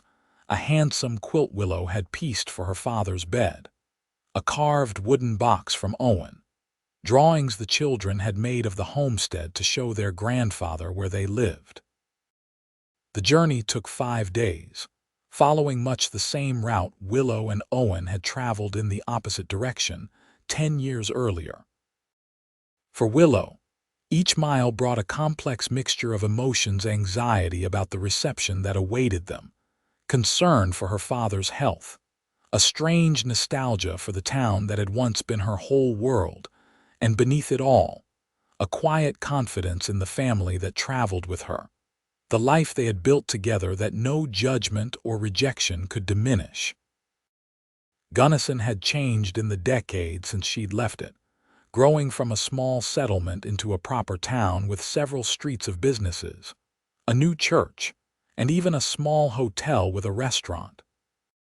Yet as they drove down the main street, Willow recognized enough landmarks to feel a disorienting sense of both familiarity and estrangement. "That's where we met," she said to Owen, nodding toward the general store, still in the same location though the facade had been painted and a larger sign hung above the door. "The day my father cast me out." Owen reached over to squeeze her hand where it rested on the seat between them. "Best day of my life, though I didn't know it yet," he said softly. They had sent word ahead of their arrival, arranging to stay at the hotel rather than presuming upon her father's hospitality, until they knew how they would be received. As the wagon pulled up before the modest 2-story building, Willow felt a flutter of nerves in her stomach that had nothing to do with the baby dozing in the sling across her chest. "Ready?" Owen asked, studying her face with concern. Willow took a deep breath and nodded. "Ready." The family settled into their hotel rooms, one for the parents and baby Hannah, another adjoining it for James and Elizabeth, and spent the remainder of the afternoon resting from their journey. The following morning, after a breakfast during which the children could barely contain their excitement at being in a real restaurant, they set out for Jeremiah Nash's home on the outskirts of town. The house looked smaller than Willow remembered it, The paint faded and the garden she had once tended now overgrown with weeds. A thin trail of smoke from the chimney was the only sign that it was occupied. "Is this where you grew up, Ma?" James asked, peering curiously at the weathered clapboard. "It is," Willow confirmed, adjusting Hannah in her sling and smoothing Elizabeth's hair one last time. "Be on your best behavior now, both of you. Your grandfather, well, he may need some time to get used to having a family again." Owen knocked firmly on the door, his other hand resting supportively at Willow's waist. For a long moment, there was no response. Then came the sound of slow, shuffling steps, and the door creaked open to reveal Jeremiah Nash. The decade had not been kind to him. The robust, intimidating figure of Willow's memory had diminished into a thin, stooped old man with rheumy eyes and trembling hands. Yet there was still a flicker of the old stubbornness in his gaze as it moved from Owen to Willow, and then, with visible surprise, to the children. "Hello, Father," Willow said softly. Jeremiah swallowed hard, his Adam's apple bobbing in his withered throat. "Willow," he acknowledged, his voice raspier than she remembered but still recognizable. "You came." "We all did," she said, gesturing to her family. "This is my husband, Owen Irwin. And our children James, Elizabeth, and baby Hannah." Jeremiah's gaze lingered on James, whose straight posture and serious expression so resembled Owen's that no one would question their relationship. "You're a big lad," he said finally. "How old are you, boy?" 10, sir," James answered politely, just as they had rehearsed. "Nearly 11. Something flickered in Jeremiah's eyes, a calculation, perhaps, or a memory, but he merely nodded and stepped back from the door. "Well, you'd better come in, I suppose." No sense standing on the porch where the neighbors can gawk. The interior of the house was much as Willow remembered it, though dustier and more cluttered than she would have allowed in her time as its keeper. The familiar furniture, the worn rugs, the faded daguerreotype of her mother on the mantel, all of it brought a rush of memories, both sweet and painful. "Sit," Jeremiah instructed, gesturing to the sofa where Elizabeth immediately perched, swinging her legs as she looked around with undisguised curiosity. James remained standing until Owen and Willow had seated themselves, then took a place beside his sister, his hand resting protectively near hers.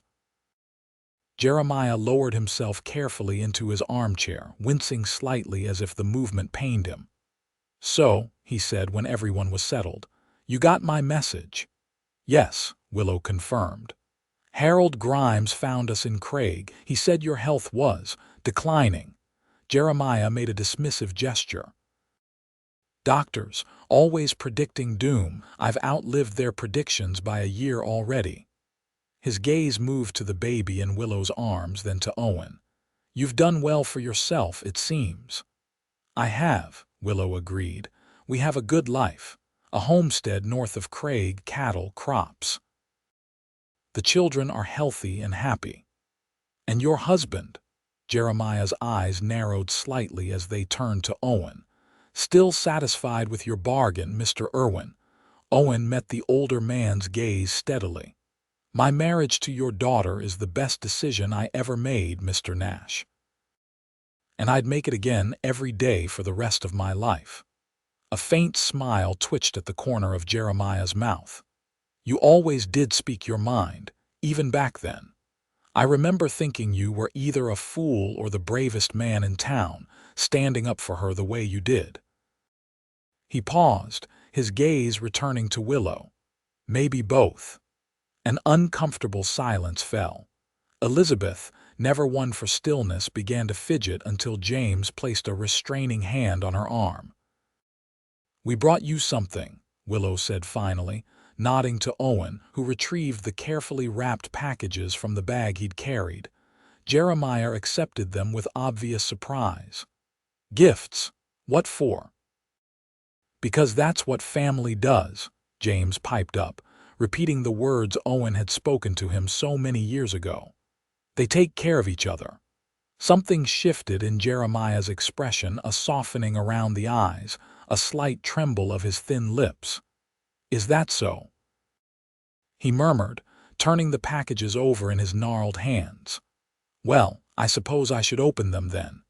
The quilt brought a look of genuine pleasure to his face as he ran his fingers over the intricate stitching. "Your mother taught you well," he said quietly. "She'd be proud of your work."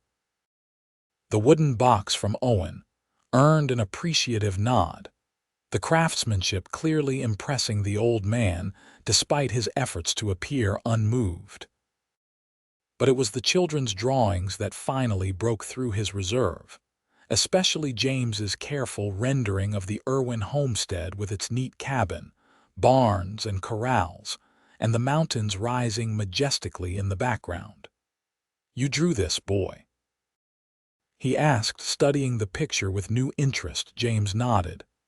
"Yes, sir. Ma says I have a good eye for detail. Pa's teaching me how to carve, too." "Talented lad," Jeremiah murmured almost to himself.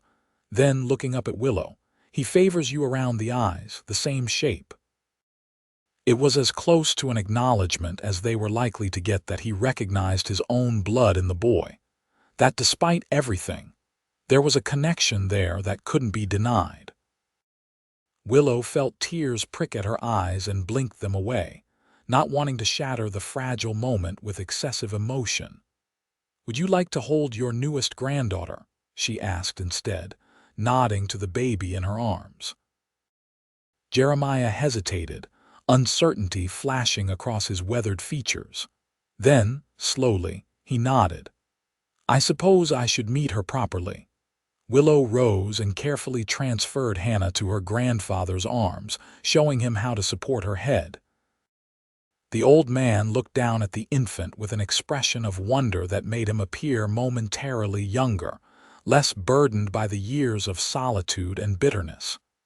"She has my mother's chin," he said after a long moment of study. "The same little dimple right here." He touched the spot with a gentle fingertip. "Does she?" Willow asked, surprised and moved by the observation. "I never knew your mother. Died before you were born," Jeremiah confirmed. "But she was a handsome woman, strong, knew her own mind." His gaze lifted to Willow's face. "Like you." The words hung in the air between them, not quite an apology, not quite a reconciliation, but perhaps the beginning of both. They stayed for an hour, the conversation gradually warming as Elizabeth's irrepressible chatter and James's thoughtful questions drew Jeremiah out of his shell. By the time they rose to leave, promising to return the following day, something had shifted in the atmosphere between them, a thawing, a tentative bridge spanning the decade of estrangement. "He's changed," Willow said quietly as they walked back toward the hotel, the children running ahead under Owen's watchful eye while Hannah slept against her chest. "Softened somehow." "Age and loneliness will do that," Owen replied. "Makes a man reconsider his pride when faced with his own mortality." "You think he truly regrets what happened, what he did?" Owen considered the question carefully.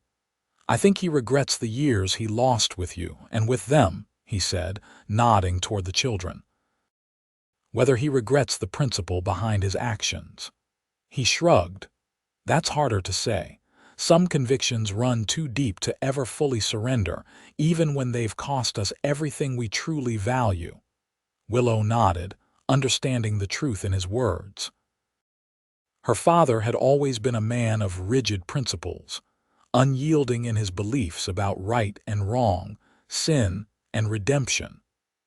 That fundamental aspect of his character was unlikely to have changed, even if time and reflection had softened its edges. "What matters," Owen continued, "is that he's willing to move forward now, to know his grandchildren, to be part of our lives, even if it's just for whatever time he has left." "And you're truly all right with that?" Willow asked, searching his face. "After everything he said about me, about us?" Owen's expression was serene. The man insulted my wife a decade ago. That's a grievance I could hold on to if I chose to. He shook his head. But what would be the point? We've built a good life, Willow. We're happy. Our children are thriving. Holding on to old hurts only poisons the present. He caught her hand, bringing it to his lips for a brief kiss. Besides, forgiveness isn't about forgetting the wrong that was done. It's about choosing not to let it control your future. Willow looked at this man, her husband, the father of her children, the builder of their home and their life together, and felt a wave of love so powerful it nearly took her breath away. "How did I get so lucky," she whispered, "to find you that day of all days?" Owen smiled, the same smile that had first given her hope on that desperate morning in Gunnison so long ago. "I'm the lucky one," he said simply, "and I thank God every day for whatever twist of fate brought you into my life." They spent 2 weeks in Gunnison, far longer than they had initially planned. Each day, they visited Jeremiah's house, sometimes bringing a meal prepared in the hotel's kitchen, sometimes helping with small repairs around the neglected property. The children quickly overcame their initial shyness, Elizabeth charming her grandfather with her spirited stories, and James impressing him with his knowledge of cattle and ranching gleaned from years at Owen's side. As their departure date approached, Willow found herself increasingly reluctant to leave. Not because she missed Gunnison, her home was firmly with Owen and their children on the homestead they had built together, but because she worried about her father alone in the declining house with his failing health.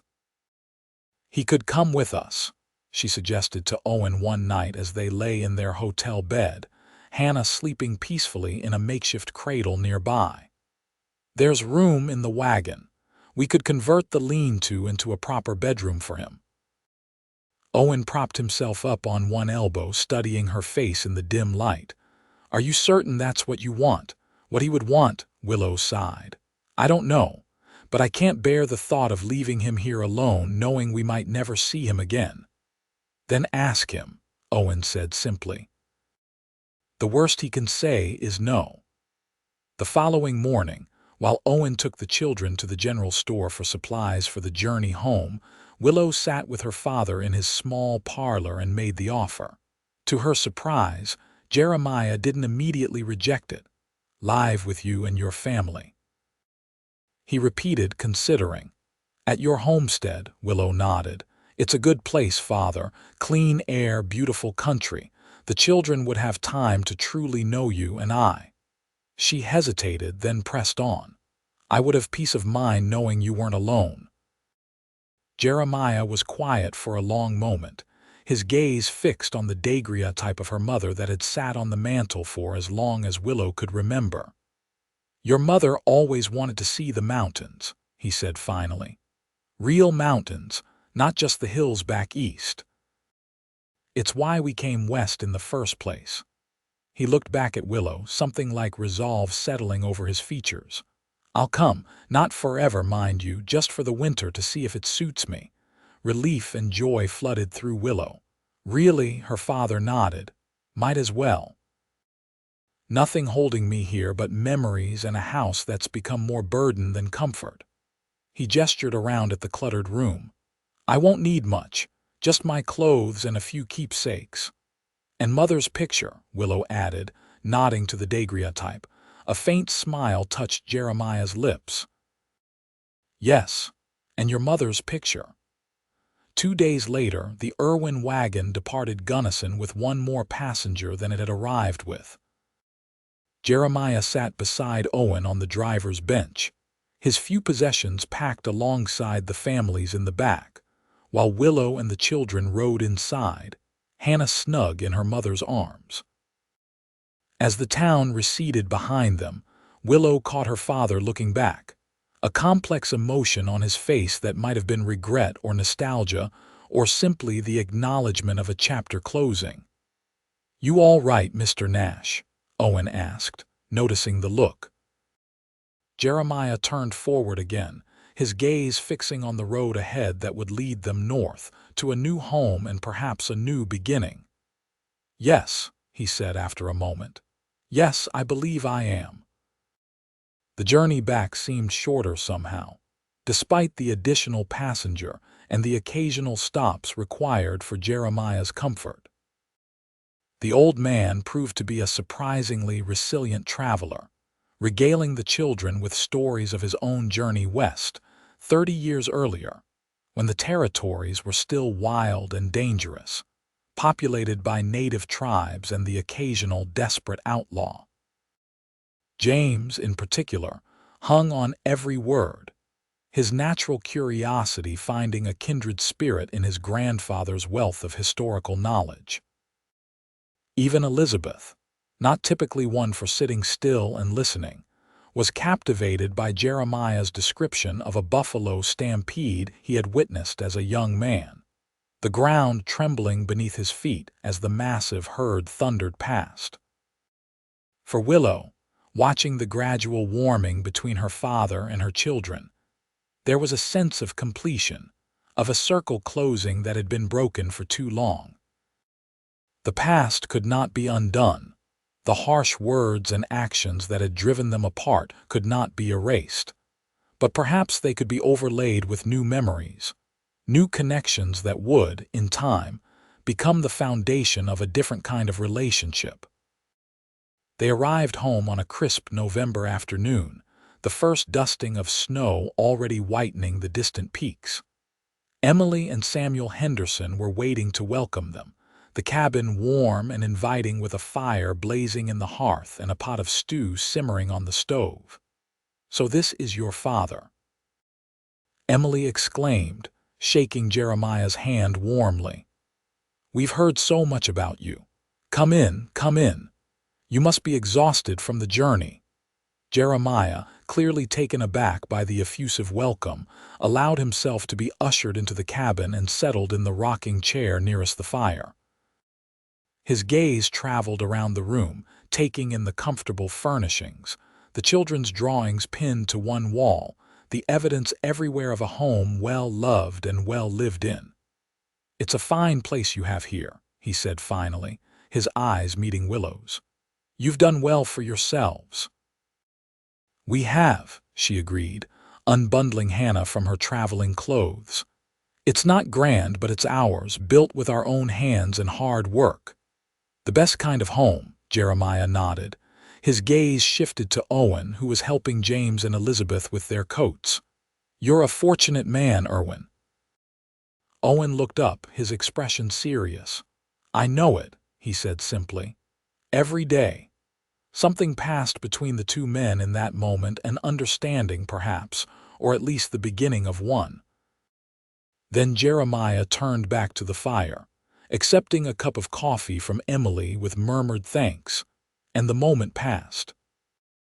That night, with the children tucked into their beds and Jeremiah settled in the small room they had prepared for him off the main living area, Willow and Owen stood on the porch, looking out at the star-strewn sky above their land. Owen's arm was wrapped around Willow's waist, holding her close against the chill of the night. "Happy to be home?" he asked, his breath forming small clouds in the cold air. "More than I can say," Willow replied, leaning into his warmth. "Though I'm glad we went, glad we brought him back with us." Owen nodded. "It was the right thing to do for all of you." They stood in comfortable silence for a few moments, listening to the night sounds of their homestead, the soft lowing of cattle in the distant barn, the occasional hoot of an owl hunting in the meadow, the creak of the cabin timbers settling as the temperature dropped. "Did you ever imagine this?" Willow asked suddenly. "That day in Gunnison when you asked me to marry you, did you ever picture our life would become this?" Owen considered the question, his gaze sweeping over the shadowy outlines of the buildings they had raised together, the fences that marked the boundaries of their land, the dark shapes of the mountains that stood guard over their valley. "Not exactly this," he admitted finally. "I hoped for a good life, a peaceful one. I hoped we might find some measure of contentment together, even if it wasn't a love match in the beginning." He turned to face her, his hands coming up to frame her face with infinite tenderness. "But this, the happiness we've found, the family we've built." He shook his head, wonder in his eyes. "No, I never dared to imagine it could be this good." Willow reached up to cover his hands with her own, her heart so full it ached with the sweetness of it. "My family disowned me for being with child," she whispered, echoing the words she had spoken to him all those years ago on a dusty street in Gunnison. Owen's smile was gentle as he completed the memory. "We made our own family," he said softly, "just like I promised." "Yes," Willow agreed, stretching up to kiss him beneath the vast Colorado sky. "Yes, we did."